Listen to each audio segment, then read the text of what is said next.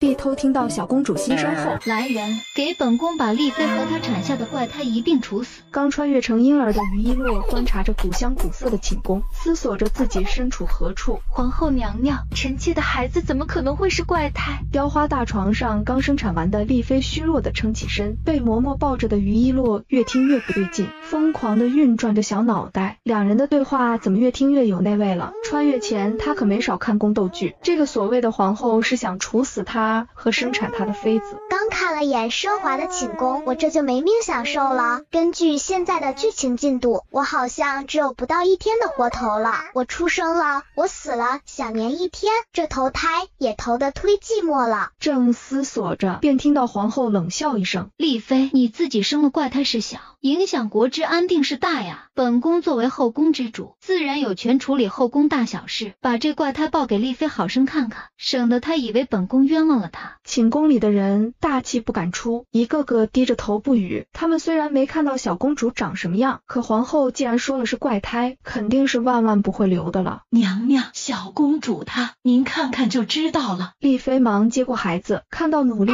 睁着眼的于一洛，视线不禁落在她的金色瞳孔上。好一个破碎感十足的大美人，瞧瞧这鼻子，这眼睛，这嘴巴，怪不得好多皇帝都活不过30岁。后宫若都是这样的大美人，能活得久才怪。一道道声音在耳朵旁炸开，丽妃抱着于一洛的手顿了一下，抬眸看向店里的其他人，伺候的宫女都垂着头，皇后则含笑盯着她，并无一人开口。那她听到的声音是谁发出来的？丽妃可看清楚了，宫里嫔妃若是生下怪胎一律处死，这是老祖宗留下的规矩。皇后没察觉到丽妃的异样，以为她是被这怪胎吓到了才不说话。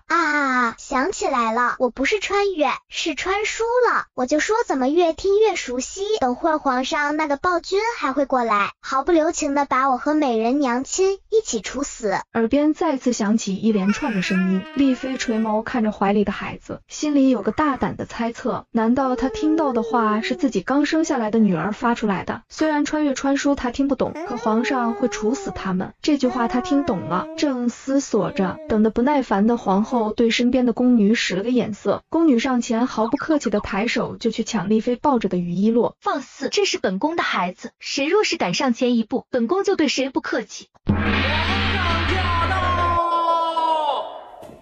寝宫里的人哗啦啦全部跪倒在地上。皇上，丽妃才生产完，这等污秽之地，你实在是不该来的。皇后之前还担心私自处置了丽妃不好，现在皇上来了，皇上最讨厌怪胎，可丽妃却如此护着，那就让她适得其反，皇上一并处置了才好啊。无妨，曹公公，去把丽妃产下的孩子抱过来给朕看看。曹公公领命，把于一洛抱到皇上身边。皇上，不可，小公主她……皇上眯了眯眼，俯身去查看曹公公抱着的于一洛。看什么看？暴君是不是打算处置了我这个怪胎？皇帝对上他金色的瞳孔，耳边骤然响起声音，俯身的动作顿了顿。没见识，被我这个怪胎吓到了吧？我呸，还怪胎呢？这可都是皇后的手笔，目的不过是为了把我和娘亲除掉。亏你头发那么长，结果见识如此短，都不想着让太医来检查检查就把我处死了。可怜我刚出生，有口不能言，不然就能拆穿你这端庄大方的皇后的把戏了。不过没事，团灭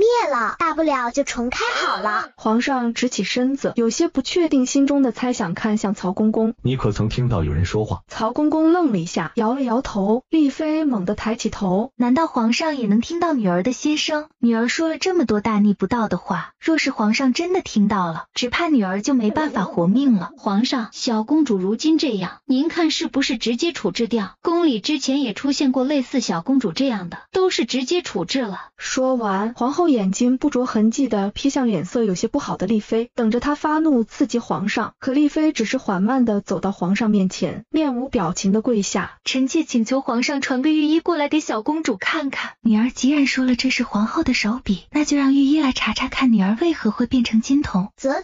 当着一个刚生产完的母亲面前说要处置掉她的孩子，好恶毒的信，你这是打算刺激美人娘亲，让暴君把我们一起除掉吧？这算盘打得还真小，之前处置掉的那个孩子，不也是你用同样的方式铲除掉的吗？如今又用到我身上，可惜我没办法说话辩解，不然直接反杀了你这个心机婊。皇上听完，眸色深了深。皇后向来端庄宽容，岂会做出如此恶毒的事？皇上让太医来看，无疑是告诉天下人丽妃产下一个怪胎，到时候天下人的悠悠之口该如何堵？又来，你这是担心太医查出什么端倪了吧？还说得如此冠冕堂皇。不过美人娘亲真聪明，还知道让太医来看，不像这暴君，知都不吱一声就把我嘎了，真是白瞎了这张好脸。这孩子为何一直叫我暴君？皇上轻咳一声，爱妃起身，曹公公去请太医过来给小公主看看，多请几个。皇上抱过于一洛，手势有些生疏。皇上，您这是忘记了老祖宗的规矩。皇后急了，太医院有他买通的人，可皇上一下子请几个，万一有其他人真查出了什么，他的计谋可就被拆穿了。皇后，你这是在教训朕，规矩就是用来打破的，朕作为天子，打破一下不合常理的规矩有什么问题？臣妾不敢。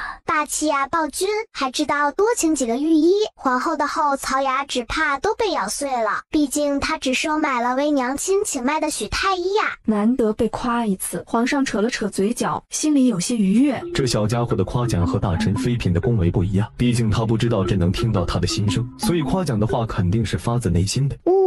好困啊，还有被这暴君抱着好不舒服。听到他的心声，皇上下意识地调整了下手势。哇，这个抱字也太爆了，一抬眼就能看到美人娘亲的盛世美颜，瞬间就不困了。皇上，太医来了。皇上，太医既然来了，就赶紧让他们帮看看小公主为何。许太医知道内情，可其他两人不知道。你们看看小公主为何会是金童？臣每日为丽妃娘娘请脉，并未觉察丽妃娘娘脉象有异。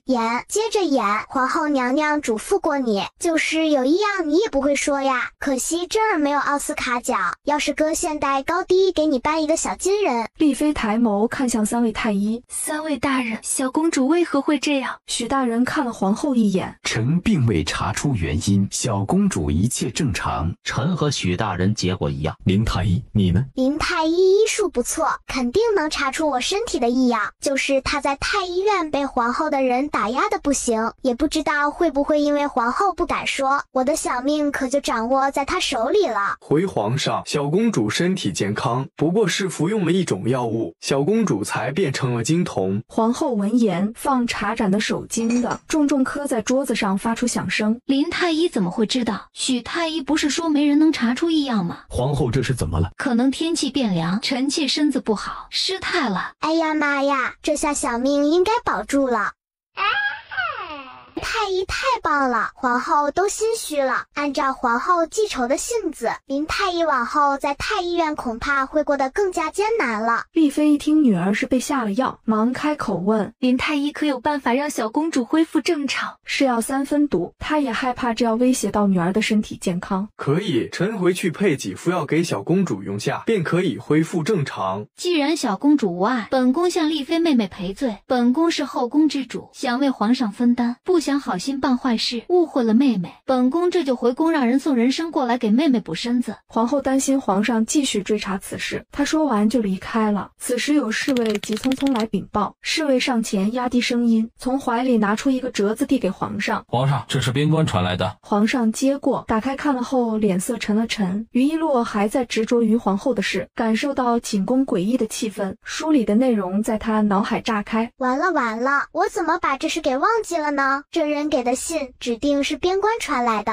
舅舅为了击破一个时常进犯边关的小国家，假装投降打入内部，不想被有心人加以利用，说舅舅通敌叛国。先有我是金童这事，又加上边关的信，暴君一气之下处决了我和美人娘亲，完美的完成了双杀。外祖父常年在外打仗，身子本就不太好，得知我和母妃被处死，舅舅又被诬陷通敌叛国，气之下下直接吐血身亡，真是冤家路窄呀！这是太师的手笔，又和皇后有关系。之前只是猜测的皇上，现在完全肯定了心中的猜想。侍卫给我的信上确实是说金将军通敌叛国，我还没说，这小家伙就知道得一清二楚，还知道是谁的手笔，看来小家伙真的有预知未来的能力。丽妃却是心中焦急，她和女儿是活了下来，可哥哥该怎么办？直接找皇上说肯定是不成的，后宫不能干政。这一刻，她无比希望皇上能听到女儿的心声，这样就可以救哥哥了。外祖父吐血身亡后被舅舅知道了，舅舅着急回京看外祖父，结果暴露了身份，被万箭穿心射死。于一洛心里也很着急，他最敬佩的就是保家卫国的人，当初看时就气得心梗，如今他身在其中，知道剧情却无法改变，这种感觉就好比拥有一张不限额的银行卡，却不知道密码一般难受。本来以为活了下来，按照暴君的尿性，只怕这次是真的要团灭了。眼皮已经睁不开的于一洛打了打哈欠，好困啊，嘎就嘎巴了，先睡一觉，反正暴君一家也活不长。活不长，他一家都活不长，为什么活不长？皇上还想知道原因呢，可耳边却没有了声音，知道小家伙肯定是睡着了。皇上站起身叮嘱丽妃几句，便带着人离开了。张嬷嬷抱着熟睡的于一洛上前轻声道：娘娘，小公主都没事了，你怎么一点也不开心？你才生产完，要保重身体。本宫没事，你让人来把被褥这些都换了吧。娘娘，皇后这次能得手，想来是安插了人在我们宫里，奴婢会找出人来，娘娘放宽心些。于一洛再次醒来，已经到了晚上，一觉醒来天都黑了，不过怎么这么安静？听到声音，丽妃知道他醒了，起身把他抱起来。哎呀，娘亲好香！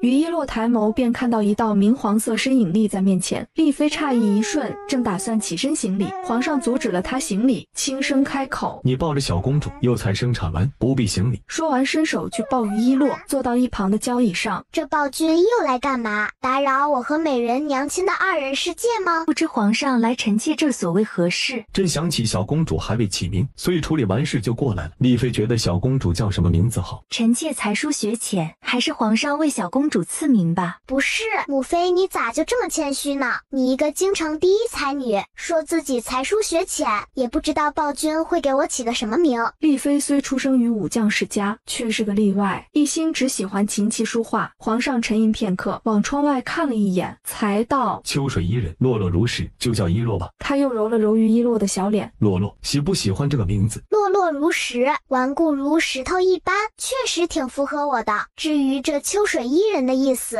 这是暗戳戳的给母妃表白嘛，思念中的那个人。皇上和丽妃额前划过黑线，这女儿有点聪明，但不多。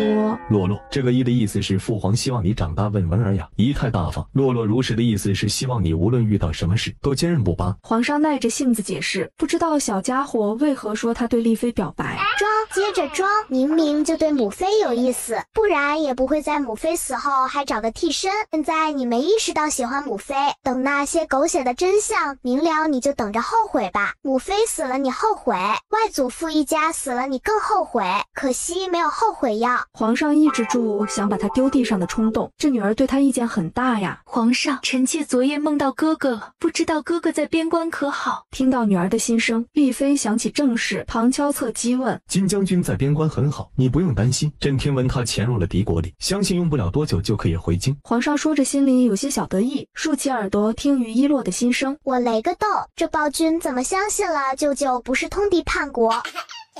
难道是因为证据还没拿到手，明日早朝就有人造证据了？皇上听完敛了敛眉，居然还有证据，他不想冤枉忠臣，明日带洛洛去，指不定还能知道更多事，比如自己的死。朕看到洛洛就觉得神清气爽，明日早朝朕带洛洛一起去上朝吧。我刚出生一天你就让我打工，暴君你做个人吧，还看到我就神清气爽，我又不是风油精，呜呜呜！难道这就是我天选打工人的命吗？21世界天天上班，现在刚出生还得被迫营业，天选打工人无疑了。算了，被迫营业就被迫营业吧，到时候顺便想办法救我那威武不凡的舅舅，免得美人娘亲伤心。皇上听了不少小家伙吐槽他的话，郁闷不已的他吃了几碗米饭，才感觉舒畅了不少，站起身打算离开。哎呦，可算走了，接下来就是我和娘亲的二人世界了。皇上的脚步一顿，门口走进进来一个打扮比其他人张扬的宫女，看到皇上有些诧异。芙蓉，你找娘娘有事？看到他放肆地盯着皇上，张嬷嬷不悦地开口。芙蓉回过神，忙收回视线，俯身行礼，声音也不由得放娇了几分。古代也有夹子啊。从生产完到现在，丽妃回想完才想起并没有看到芙蓉。奴婢肚子有些不舒服，所以回房休息了，现在好些了，过来找娘娘请罪。丽妃不是傻子，芙蓉自小陪她一起长大，眼高于顶，这一身行头张扬的像个主子，倒不像宫女。既然不舒服就好生歇着，穿着这一身行头过来作甚？芙蓉有些惶恐地抬起头，看到丽妃表情如常，松了口气。皇上见此也不走了，又坐回椅子上。还能作甚？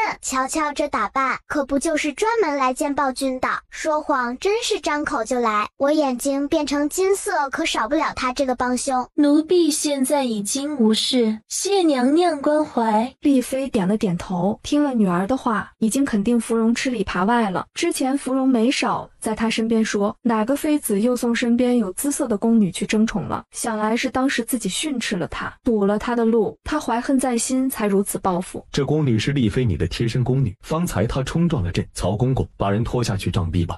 芙蓉嘴角的笑僵在脸上，她以为皇上问第一句话是看上了她，没想到接下来的话把她打入了深渊。皇上饶命，奴婢并没有冲撞皇上的意思。于一洛听了皇上的话，不由得在心里夸赞，暴君还真是个鉴表大师啊，一眼就知道芙蓉的小九九，赶紧给母妃解决了这个害虫吧。皇上听得开心，唇角忍不住扬了扬。不过也可能是芙蓉不够美，若是再美一点，肯定二话不说就收了。皇上无语，他是那样的人吗？后宫这些妃嫔都是大臣塞给他的，又不是他自个儿带回来的。再说他有大半时间都在御书房，这些妃嫔都记不全，说的他跟个只知道享乐的昏君一样。娘娘，奴婢真的没有冲撞皇上的意思，奴婢从小和娘娘一起长大，娘娘你救救奴婢啊！不知道堵住他的嘴拖下去吗？还要让朕来教你们？不能留着人继续伺候，万一伤害了女儿，他找谁哭去？两人忙拿出一块布塞到芙蓉嘴里，拖着出去杖毙。这回头让内务府给你拨几个老实点的过来伺候。说完等着于一洛夸他，可惜等了半晌什么也没听到。不是，怎么又停住了？难不成想让娘亲留他宿在寝宫，嘴上说不要，身体却很诚实？皇上脸一黑，直接拂袖而去。曹公公一脸懵，皇上这是怎么了？变脸如此之快。翌日辰时，于一洛睡得正香，感觉自己身子被人抱了起来喂奶。喝完奶后，皇上声音自外响起，洛洛跟父皇去上朝了。做个婴儿都如此困难，这才几点啊？于一洛闭着眼被皇上抱着去了大殿，看他困倦不已的样子，皇上看得发笑，这样似乎可以治总是编排他的小家伙，感觉挺好。等候着的大臣听到皇上驾到，齐刷刷俯身行礼。洛洛，醒醒，上朝。皇上不管大臣们的表情，晃了晃睡着的于一洛。于一洛艰难地睁开眼，看了眼金碧辉煌的大殿，强迫自己打起精神。于一洛闭着眼被皇上抱着去了大殿，看他困倦不已的样子，皇上看得发笑，这样似乎可以治总是编排他的小家伙，感觉挺好。等候着的大臣听到皇上驾到，齐刷刷俯身行礼。洛洛，醒醒，上朝。皇上不管大臣们的表情，晃了晃睡着的于一洛。于一洛艰难地睁开眼，看了眼金碧辉煌的大殿，强迫自己打起精神。皇上，这是……下手的方太师不明所以，问出了声：小公主，朕带着她来上朝，方太师有意见。皇上，自古以来，女子不能干政，你带小公主上朝更是于理不合。皇上抬手轻轻拍着被裹着的于一洛，冷笑一声：小公主才出生，能听懂什么？还干政？我看方太师你是老糊涂了，要不朕这个位置让给太师你坐。老臣惶恐。还知道惶恐了，看来没彻底老糊涂，有事起奏，无事退朝。于一洛心里笑出鹅叫，哈哈哈！想不到暴君这么会对人，太师的脸真是比那调色盘还好看。禀皇上，金将军通敌叛国，是不是该捉拿回来问罪？皇上把于一洛抱起来，看向下面说话的丞相。金将军一家忠心耿耿，丞相可是有证据？臣有金将军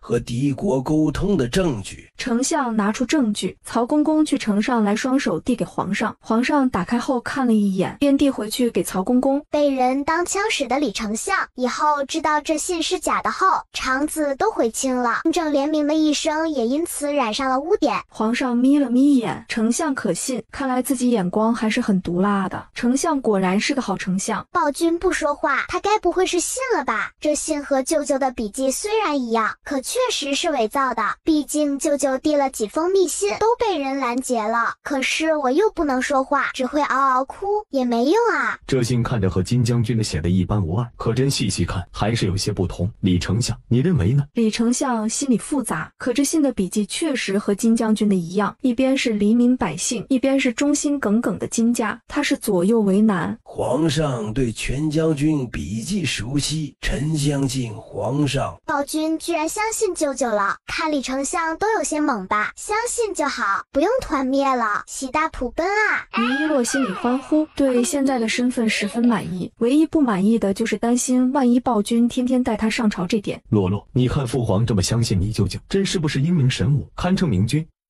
上抱着于一洛往御书房去，边走边说。曹公公跟在身后。皇上说这么多，小公主能听得懂吗？是，你若是能一直保持这样，你们一家的命和江山肯定不会落入别人手里了。皇后命人送人参去给丽妃补身体，得知皇上带着于一洛去上朝后，惊得下巴都快掉地上了，提着汤前往御书房，等着皇上一探究竟。丽妃这个狐妹子果然留步的，现在一个刚出生的婴儿都能给自己添堵了。皇后，赵朕是打算请罪的吗？臣妾已经赔过罪，给丽妃妹妹送人参过去了。皇上，这是臣妾为你熬的汤，你喝点暖暖身子。皇上就这么盯着他，不抬手去接，也不说话。皇上为何这么盯着臣妾？难道皇后不觉得自己应该向朕请罪？他收回目光，手下意识地轻轻拍打着怀里的于一洛。还自己熬的，说谎真是脸不红气不喘。工人一路提着进来，你接过手上就成了你熬的。皇上已经习以为常，宫里的妃嫔会经常用这套说辞，他也懒得拆穿他们。可是臣妾已经……你给丽妃送人参是赔罪，可是洛洛变成这样，不是你的手笔吗？朕若是再晚过去一点，你是不是把丽妃母女俩都给嘎了？平时懒得料理这后宫，还真当他好糊弄。皇后跪到地上，目光真诚，言辞恳切。臣妾冤枉，后宫里妃嫔有孕都是臣妾照料，亲力亲为，就担心皇嗣有什么闪失。臣妾若是真害丽妃，别人岂不是最先怀疑臣妾？皇上这么快就查到他身上了，难道是许太医招了？是，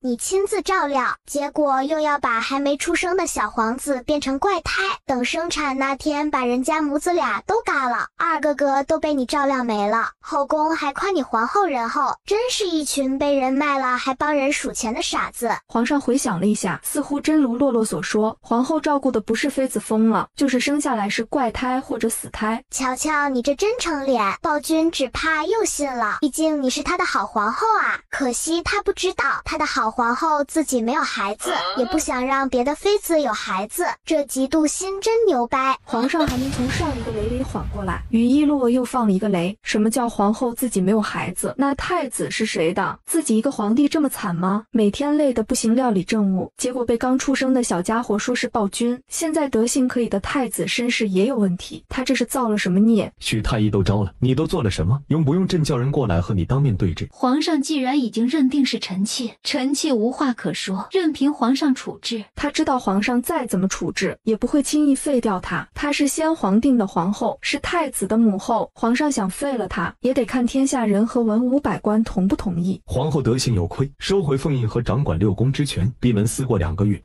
让人把皇后送走，皇上心里有太多疑惑，想从于一洛身上得到答案。可是小家伙已经睡着了，他失笑看了一会，把于一洛递给曹公公，把小公主送回去给丽妃，再去刑部传朕口谕，让他们提审许太医。说完又不放心地叮嘱了一句：你抱的时候小心点，别摔了。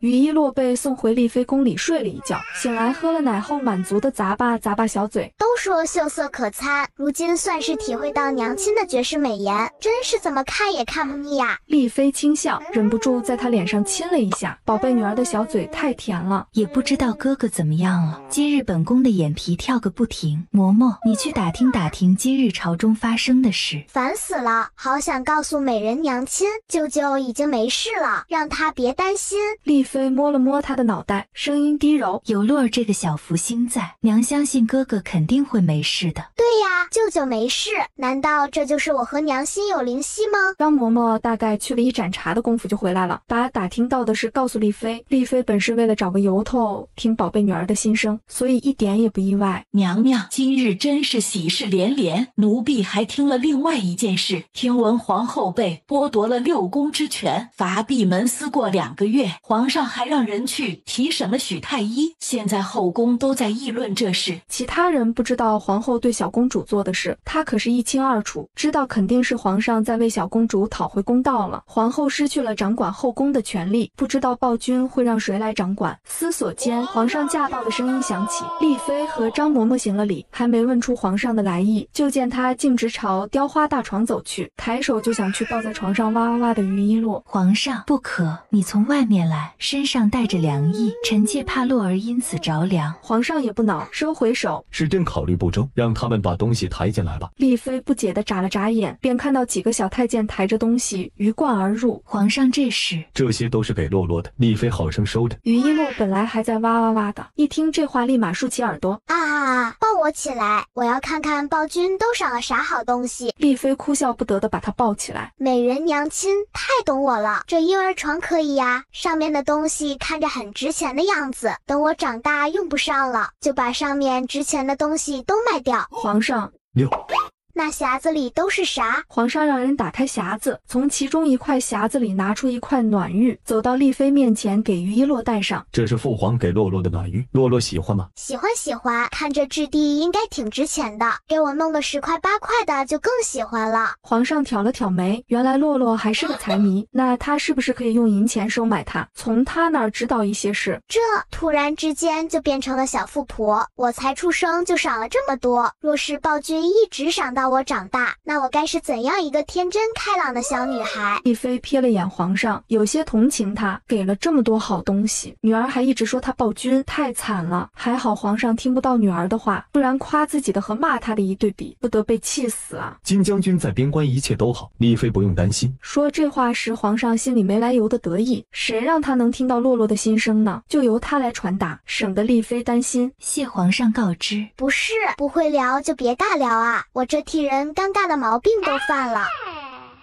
他是皇上，从来都是这些妃嫔讨好他，他也不知道聊什么。朕带洛洛去御书房玩玩。于一洛哇哇哇的叫着反抗，可是已经被皇上抱出了寝宫，反抗无效，他只得乖乖闭上嘴。御书房，刑部尚书有事禀报。有结果了，说吧。刑部尚书看着皇上抱着的小公主，愣了愣，终究没说什么。暴君，你做个人吧，你自个瞅瞅，刑部尚书那欲言又止的样子，肯定觉得你不该带我来这御书房。御书房种地，你带我来合适吗？赶紧送我回去，我要躺在娘亲香软的怀里睡觉。于一洛就不懂了，现代的奶爸都做不到这样吧？暴君怎么就这么热衷于带娃呢？这人设崩的也太过分了吧！臣，你是不是也觉得朕带小公主来御书房不妥，想劝朕别这样？臣不敢，不敢就是觉得朕不该这样，只是碍于朕的身份不敢说。可不是嘛，说了你又不会改，人家都懒得说了，毕竟太师都被你对得哑口无言。皇上，行了，那个许太医审的怎么样了？这是许太医亲自画押的罪状，请皇上过目。看完上面的条条罪状，皇上脸色阴沉，把折子扔掌案上。既然这些都属实，明日行以斩刑。刑部尚书领命离去。曹公公把摔在地上的折子捡起来。皇上，这是金将军的折子。舅舅，这折子都送来几天，居然现在才看到。折子暗藏玄机，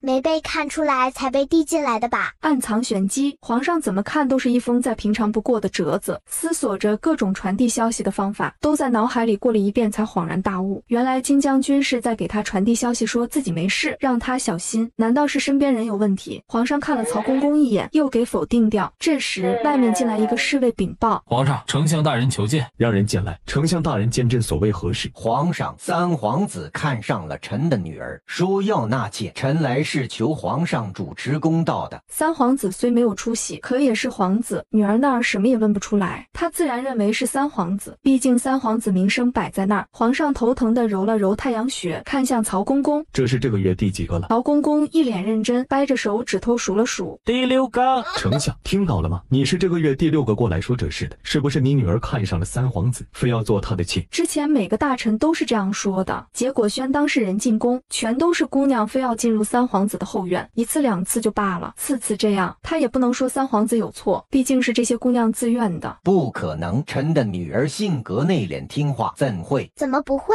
男主光环呗，他没登基时都是后院一员，登基后为了穿越女遣散，后宫佳丽3000。行，朕知道了，明日朕宣你们进宫问话。皇上摆摆手打发掉丞相，贤妃温良贤淑，怎么就生了这么一个儿子？性格真是谁也不像。洛洛，你的几个皇兄，你觉得谁可以当皇帝？什么男主穿越女的，又不是画本子，他立的太子又不是三皇子，三皇子又怎么会登基？还有不是说一家都会死吗？怎么三皇子没事？他有些抓狂，有好多疑问，可是直接问洛洛肯定不会说，只能耐住性子旁敲侧击。有我挑的余地吗？肯定是三皇子啊，人家可是男主哎，你都是死在他手里的。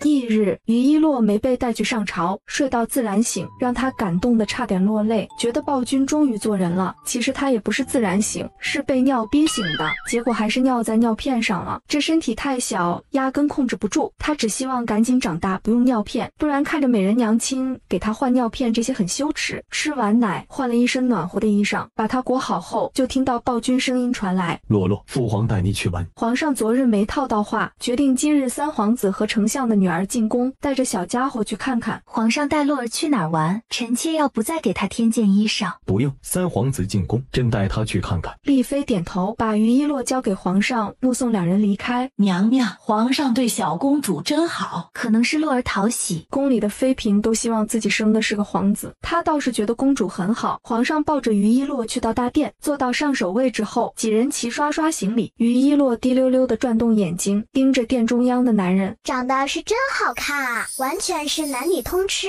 怪不得姑娘们挤破脑袋想进他的后院，同情暴君几秒钟。不是，怎么又同情上他了？皇上无语，夸三皇子就夸，不带这么拉扯的。三皇子可不是遗传了他的才长这么好看的吗？三皇子长这么好看，又不像暴君，暴君难道都不怀疑的吗？怀疑什么？皇上感觉自己真的被整懵了，一个疑问还没搞清楚，又来一个。他现在真想抱着于一洛使劲的晃，让他把知道的一次性说清楚。不知父皇宣儿臣进宫所为何事？你们起来吧。你想那李小姐为妻，人家丞相大人同意了吗？李家脸色羞红，回皇上，臣女自愿给三皇子当妾，求皇上成全。这李小姐肯定是长脑子了，活生生的恋爱脑啊，身份又不低，你一个丞相之女做了什么不好，非要赶着做妾？王宝钏来了，只怕都得给你让半个山头，让你和他一起挖野菜。丞相听到了吧？皇上瞥了眼李丞相，一点也不意外，他其实都懒得管，可李小姐是丞相的女儿，不能让忠臣寒了心，结果还是一样的，求皇上成全。李家生怕自己父亲又说出什么话阻挡了他进入三皇子府，丞相只觉得丢人现眼，这样的女儿真是上不得台面。皇上，小女已经许了人家，万万不可给三皇子为妾。三皇子是什么样的人？上至文武百官，下至百姓，谁都清楚。后院女人无数，只知道吃喝玩乐，流连青楼。皇上听李家已经许了人家，开口道：既然已经许了人家，今日这事朕就当没听过。不错不错，暴君还是挺有人情味的。皇上嘴角抽了抽，他又不蠢，人家有了婚约，他还强行让李家进三皇子后院，和强抢民女有什么区别？爹，你今日若是不答应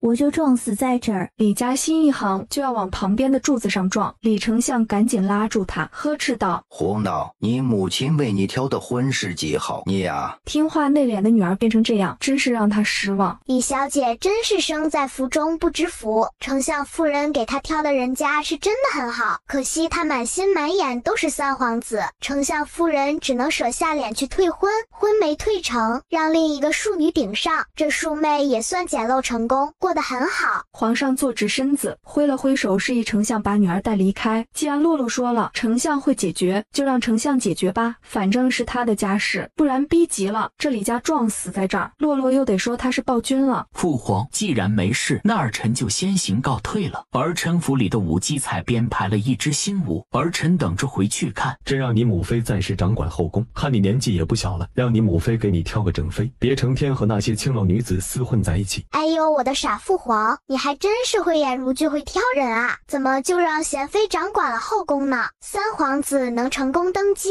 可真是少不了你的添砖加瓦。你是不是觉得三皇子只知道吃喝玩乐，和女人厮混？其实人家是在商量怎么取代你。父皇，儿臣名声这样，选正妃的话也没有大臣愿意把女儿嫁给儿臣。毕竟正妃和纳妾又不一样。再说了，他已经有了喜欢的人，正妃之位肯定只想留给仙儿。朕心意已决，你回去吧。看来男主已经喜欢上穿越女了，所以才不肯选正妃。这男主也有些惨，自己身世都不清楚，即使登基后也依然认为暴君是他生父。皇上气得嗓子痒，刚喝了一口茶，差点被呛到。什么叫以为自己是他生父？难道不是吗？贤妃还有胆和别人苟合，会乱后宫，混淆皇室血脉。皇上，你没事吧？曹公公上前给他拍了拍背，以为他是被三皇子气到了。三皇子这性格和贤妃还有皇上您都不像。曹公公溜啊，太会说话，可是下次不要再说了哦，容易掉脑袋。你觉得三皇子性格像谁？还能像谁？当然是像你最看重的禁军统领邓峰了，你肯定想不到。咔嚓，皇上手上的茶盏就这么碎了。看样子暴君被三皇子气得不轻，帮人养孩子，还把自己的安危交给三皇子的生父，如今又把后宫之权交给了贤妃，到头来气到的是自己。大冤种啊，实锤了！除了是冤种，还是个平平无奇的踩雷小天使啊！不是雷你不放在身边，佩服佩服。于一洛想着，忍不住抬眼看着皇上的头顶，忍不住笑出了声。哈哈哈！要想生活过得去，身上必须带点绿；要想生活过得好，头上必须长点草。完了完了，我现在已经不能直视暴君威严俊美的脸上，总觉得他头上一片绿。皇上把于一洛递给曹公公，曹公公你抱着。被曹公公接过去的于一洛撇了撇嘴，是三皇子气你又不是我，凶我这个小可爱干嘛？还是美人娘亲脾气好，不像暴君喜怒无常。喜怒无常的皇上指着于一洛，你了一个字，又把手放了下来。他揉了揉太阳穴。曹公公，把小公主抱回去。他现在暂时不想看到于一洛，怕自己还没被人弄死，就先被他气死。另一边，三皇子回府就去了杨欣的院子，看到他回来，杨欣忙跑上去挽住他的胳膊。陈哥哥，你回来啦！三皇子抬手揉了揉他的头，任由他拉着自己进屋子里。外面凉，你站在外面小心染了风寒。我这不是想见到陈哥哥吗？今日皇上选你去，所谓何事？不会又因为李家骂你了吧？明明就是李家死皮赖脸缠着你，要怪就怪陈哥哥你长得太帅了。父皇没骂我，倒是让心儿你受委屈了。我不委屈，陈哥哥你又不喜欢他们，是他们贴上来的，这样也说明陈哥哥你有魅力，我眼光好。若是别人看都不看一眼的人，他杨欣才看不上，那不是丢了穿越人的脸吗？听他这么说，三皇子要脱口而出的话到嘴边又咽了回去。心儿这般好，为他出谋划策，他实在是说不出口。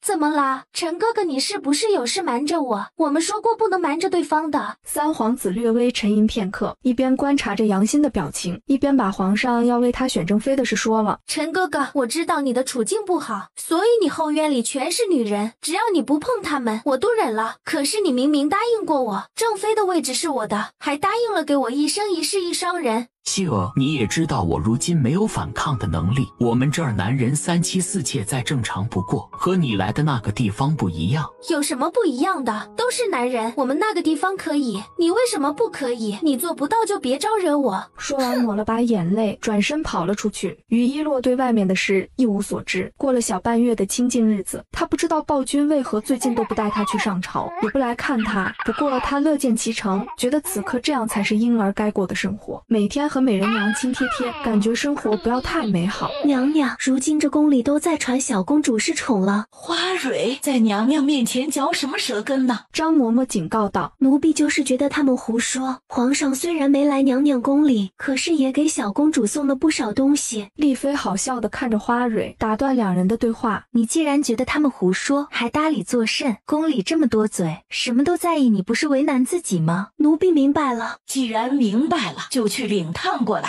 张嬷嬷打发掉花蕊，担心于一落着凉，转身把窗户关上。娘娘，听说贤妃近日要为三皇子选正妃，让贵女们都来参选。皇子选妃弄这么大阵仗，贤妃这是想借此机会立威吧？如今贤妃掌管后宫，想敲打其他人，就会借此机会彰显自己得皇上看重。可不是吗？最近贤妃可是换了不少自己的人，也不知道皇上怎么想的。军心难测，总归和我们无关就是了。让你去太医院看看林太医，这是你去办了吗？看了，林太医一切都好，就是听说许太医被斩首了。斩首？丽妃心里微差，她都还没动手给洛儿报仇，皇上出手真快。两人说了一会儿话，去领炭的花蕊哭着进来。这是怎么了？没领到炭吗？花蕊把领来的炭递给张嬷嬷。炭拿到了，你哭什么？等看清楚炭后，张嬷嬷明白过来，抬眼才注意到花蕊的一边脸上有个巴掌印。这是怎么回事？先给花蕊涂药再说。张嬷嬷拉着花蕊坐下，给她涂了药才问到底怎么回事。花蕊张嘴就想哭，张嬷嬷睨了她一眼。刚上好的药，别把药哭没了，浪费娘娘给的药。幕府的人说还没进入冬天不给炭，我就说小公主要用，他们就拿着不好的木炭打发我气不过就和他们吵了起来。张嬷嬷皱了皱眉，宫里都是见风使舵的人，见皇上没来娘娘宫里，便开始为难，也有可能是贤妃娘娘授意的，也不一定。花蕊，你先下去休息吧。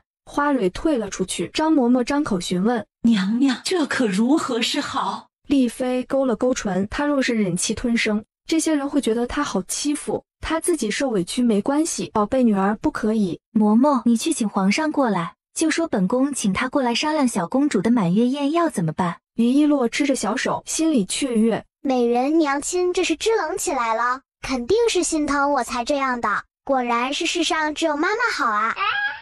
洛儿放心，娘亲不会让你受委屈的。张嬷嬷穿过长长公道，去到御书房，对守在门口的侍卫说明来意，请他们进去回禀。皇上，丽妃娘娘宫里的嬷嬷求见。所谓何事？丽妃这人不争不抢，其他妃子会时不时的来御书房，又是送汤送点心的，她这还是第一次主动让人过来。和您商量小公主的满月宴。知道了，朕等会儿过去。曹公公闻言心里有些纳闷，皇上还真是奇怪，之前恨不得把小公主拴在身上，这半个月又不肯去见小公主，可是东西又照送，揣测不了他在想什么。走吧，去丽妃宫里。皇上穿上衣裳往门外走去，路上听到一群宫女太监的说话声。你们知道吗？之前觉得小公主受宠，结果才几天又不受宠了，皇上都好久没去看她了。一个公主而已，早有预料，皇子都未必能一直得皇上看重。之前还羡慕在丽妃娘娘宫里当差的人，现在有些庆幸自己没去。听说今日她身边的宫女被主子的事容得你们嚼舌根吗？曹公公张口呵斥几个宫女太监，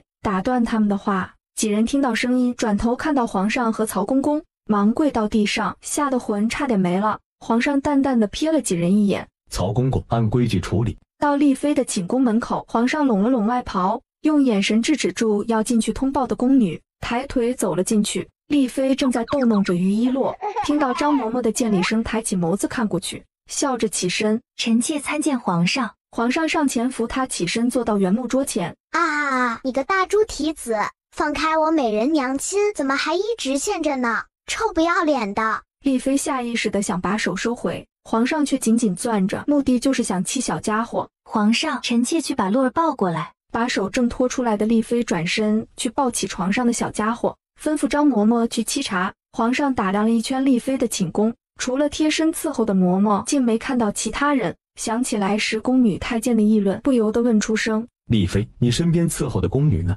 前段时间处置了芙蓉，本来说给丽妃送人过来的，被丽妃拒绝了。她有些不舒服，让她去休息了。伺候的宫女被人打了呗，下手还不轻。如今后宫是贤妃掌管，我可不信这事和贤妃无关。皇上眉头轻蹙，听到洛洛心声后，他确实想收回贤妃掌管后宫的权利，可贤妃目前没什么错处，他也不好无缘无故收回她的权利。一方面也担心打草惊蛇，邓枫掌管京城所有的禁军，若是轻易对贤妃出手，这人气急对他下手。张嬷嬷沏茶进来，给两人倒了茶，便听丽妃吩咐：嬷嬷，你去把炭烧上，有点冷。嬷嬷会意，转身去把木炭烧上。臣妾身子弱，洛儿还小，寝宫旁边就是荷花池，吹风寒气比较重，皇上见谅。可。张嬷嬷咳嗽着站起身，这是什么炭？赶紧给灭了，免得洛洛吸了去。别说小孩子，他一个大人都差点被呛死。宫里没炭了吗？怎么用这种炭？这种木炭一看就是下品，寻常百姓家都嫌呛人。于一洛抬了抬眼皮，宫里当然不会没炭，这不都是宫斗桥段吗？肯定是贤妃故意为难娘亲，给这炭羞辱呗。若是没有她的授意，内务府的人哪敢打娘亲的贴身宫女？皇上宽慰着丽妃，抱过于一洛，捏了捏她肉嘟嘟的脸，才感觉气消了些。对了，洛洛的满月宴真会让人去办，办隆重一些。这些人不是说小公主失宠了吗？他就偏要隆重大办，给小家伙长脸，不然丽妃这么软弱可欺的样，谁都能踩上一脚。曹公公去得快也来得快，进来时身后跟着2个太监。皇上，人带过来了。知道朕为什么叫你们来吗？你们看看那炭是给人用的。皇上，可能是小林子一时粗心拿错了，奴才这就给丽妃娘娘换上好的红罗炭。求皇上恕罪，都怪奴才粗心大意拿错了炭。还拿错？王公公这是想把事往小林子身上推呀？这点小事都办不好的人，待什么内务府？既然拿个炭都会拿错，朕以为这手也就没有必要留着了。王公公，你既然知道是小林子粗心大意拿错了炭，就由你来砍掉他拿炭和打丽妃宫女的手吧。要看2人狗咬狗能吐出什么东西。六啊，宝君这是故意刺激小林子吐出更多东西啊！皇上饶命，是贤妃和王公公让奴才这么做的，奴才只是奉命行事。奴才若是不这么做，贤妃会杀掉奴才的家人。他们还说丽妃性子弱，不会告状，小公主又不得宠，不会有什么事。即使真的被皇上知道了，就让奴才背锅。皇上，小林子这是信口开河，奴才都不曾见过贤妃娘娘，她这是诬陷。奴才没有，贤妃娘娘说了，这事成了就把她身边的宫女给王公公当对食。皇上若是不信，让人搜王公公的身，他身上有一块手帕，上面有一朵海棠花，正是贤妃贴身宫女给的。皇上示意曹公公搜身，果然搜出了小林子说的那方帕子，上面也确实绣着一朵海棠花。皇上，奴才是被冤枉的。张嬷嬷上前拿起手帕看了一眼，手帕确实是贤妃娘娘身边的海棠姑娘的，奴婢见过。来人，把2人拖出去杖责5时，逐出宫去。话落，工人往2人嘴里塞了布，再把他们拖出去，完全不给2人叫喊的机会。可以呀，除去了贤妃的一大助力，否则有王公公在，贤妃安插眼线到个宫就更加方便了。皇上听得心情愉悦，今日这小家伙夸了他2次了。曹公公，把2人被杖责逐出宫一事传播出去。消息很快传入贤妃耳朵里。废物，坏本宫好事。海棠压制住心里的愉悦，娘娘为了拉拢王公公那个老家伙，让他故意去讨好，他每次都是忍着厌恶去的。现在好了，王公公被杖责完，只怕是命都没了。他拉回思绪，轻声道：娘娘息怒，本宫知道你讨厌王公公，可现在他被处罚了，往后本宫还怎么往各宫安插眼线？娘娘你现在掌管后宫，再提拔一个人上去用就可以了。你说的简单，也有可能皇上开始怀疑本宫了，所以才处罚王公公和小林子。娘娘不是要为3皇子选正妃吗？你可以请丽妃和你一起帮忙挑选，顺便试探口风。不错，我们现在去丽妃那儿，顺便瞧瞧咱们皇上宠着的小公主。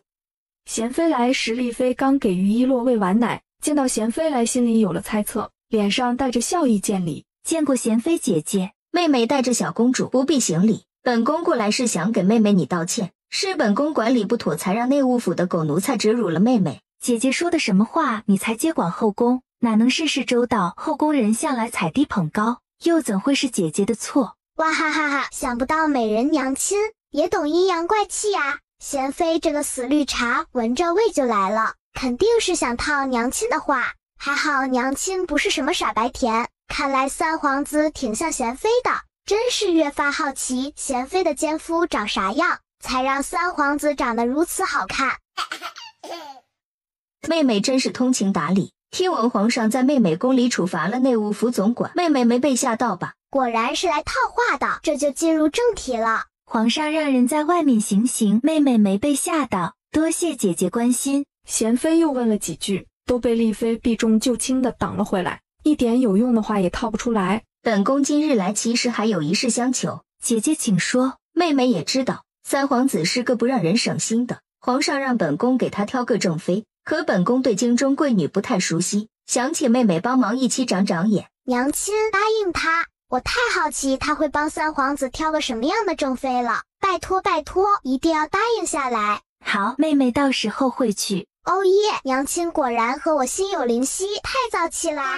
洛洛，父皇来看你了。暴君每次说这句话，就是打算把他带出去，让他被迫营业，看他处理正事。这暴君是粘人精吗？早上不是刚来的，怎么又来了？暴君肯定又想把我抱走。跨过门槛的皇上差点一个趔趄，早上不是还夸他来着，现在怎么又嫌弃了？不过被嫌弃惯了，他就装着听不见。朕带洛洛去御书房，丽妃你继续用膳。皇上直接抱着于一洛离开，一刻也不多留。其实皇上带着小公主也挺好的，娘娘你可以轻松轻松。被抱出去的于一洛看到御书房几个大字，心里只有一个想法，他好想逃，可却逃不掉。咦，丞相怎么也在？看上去好憔悴啊，那黑眼圈都快掉到下巴了，这是和丞相夫人吵架了被赶出来了。皇上仔细看了眼丞相，确实精神不太好，方才他没注意到。皇上，臣可有不妥？丞相整理了一下朝服，有些不解地问：丞相大人找朕，可是有要事相商？臣想找皇上告祭天下。李家那逆女留下的烂摊子还没解决，夫人也因此焦头烂额，睡也睡不好。毕竟是他们毁约在先，又不能怪人家蔡家。告假，莫非是你？那女儿婚事还没推掉？人家蔡家已经告知亲朋好友儿子今年娶亲，眼见着离婚期越来越近，结果新娘没了，肯定不会同意推掉婚约呀。于一洛下意识就想张口告诉丞相大人，让他把另一个女儿嫁过去，可是发出的却是哇哇哇。这是怎么说也是因三皇子而起，对方是怎么说的？朕帮你出主意。不是，你能出什么主意呀？把人蔡家都给砍了，或者逼人家主动退婚吗？可要不得呀，这蔡家留着有不少用。于一洛也愣住了，你们在御书房不商议国家大事，在这儿商量后宅之事合适吗？丞相一时没反应过来，抬起头看着皇上，怀疑自己听错了。皇上说帮你出主意。曹公公提醒了一句，李丞相忙把事情来龙去脉说了一遍。于一洛想扶额，可是手背裹。服气，真的服气，一个敢出主意，一个敢信。